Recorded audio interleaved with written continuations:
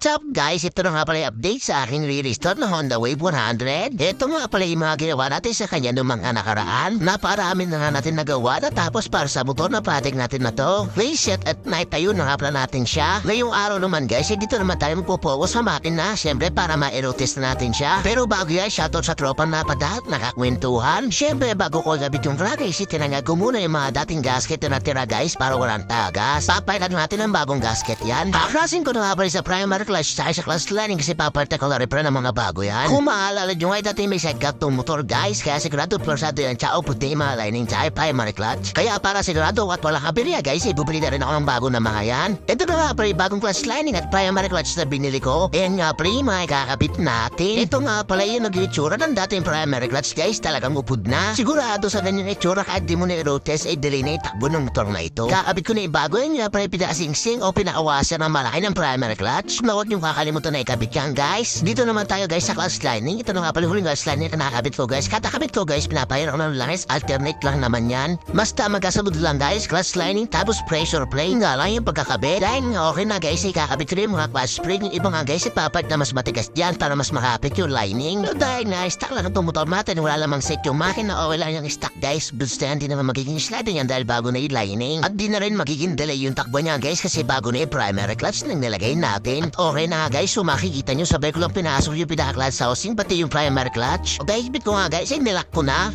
Dito naman tayo sa clutch sham guys, kaya ito nga pala ilagay ito. Nakikita nyo ba bilog ng markings na yon? Itapat ko lang siya guys sa markings na nakatayo na yung guys, yung parang guhit. Timing nung guys, di ba walang ligaw? Dahil nga sa all goods na guys, ilalagay din natin itong bagong gasket na binili ko. At isasarpa ko itong hapon na itong bagong pinturang crankcase na pininturahan natin itong nakaraan. Di ba guys, bagong pinturang crankcase. Siyempre kung natin kalimutan yan na higpitan. Di ko na nga binara guys, T-Range notes lang ginamit dyan guys para din mabigla yung pintura. Kapag hihipit natin, naisipan ko na haplang i-refresh itong pinaka-head at saka yung black. Di ko pa kasi nakikita kung ano itsura ng loob nito guys kung okay pa ba yung lalong nabili ko. Siyempre kasama naman sa maintenance guys yung pag-refresh ng ganyan kaya na mas maigi na i-check na natin at i-refresh na para mapalitan na rin ng mga bagong bulbs at piston ring. Una ko haplang naras tong cylinder head guys, napakadumi. O may sumisilip sa black guys kaya ito na nga kaklasin ko na. Tinayim nga tinusog ko nga pala piston guys para mas makita ko lang malapit kung ano itsura. Tingnan nyo naman yung itsura guys, talagang madumi na. Siyempre sa model ba naman ng motor na to guys, talaga is painted brain ganyan ang itsura. At dito na nga hugutin yung black guys para ma-check natin kung matino at ready ba talaga. Medyo nahirapan niya ako hugutin guys, sa katagalan medyo na-start na yung mga tower niya. At nakuha naman sa taga guys, kakapalo ng unanong rubber mallet. Plus ko na nga pala yung piston pin para ma-check kung may bewang na rin. Sineti ko na nga yung black guys, ito na tumambad sa akin, napailing na nga lang ako. Yung black guys, yung may konting mapa, pagkaganto, di ko na ikakabit to. May pinagpakatad ng piston guys, yung black, malamang ko yung paribor ko na rin, gastos mo na lang. At dito naman tayo sa kabilang side ng crankcase guys, kung makikita nyo, stack up yung starter chain. Pampaluin ng bagya guys para matanggal. Dahil nasira na yung kinayan guys, ipapaltaw na rin ang bago yan. Pansamantala muna guys, talagay ko na ito pinaka-cover. Ay nga sana guys, kung di nasira yung black, ay balak nga sana yung araw, ay panda rin yung motor na ito. Alam ma-aerotest ko sana guys, kaso di nakasama yung black. Di kasi talaga malalaman guys, pagka hindi binuksan, di makikita yung mga sira. So wala nga tayong notice guys, hindi pa ayos to. Abangan nyo na nga lang guys yung mga susunod ating update sa ating project na Honda Wave 100 na ito. Salamat for today's video. Ingat! Alright!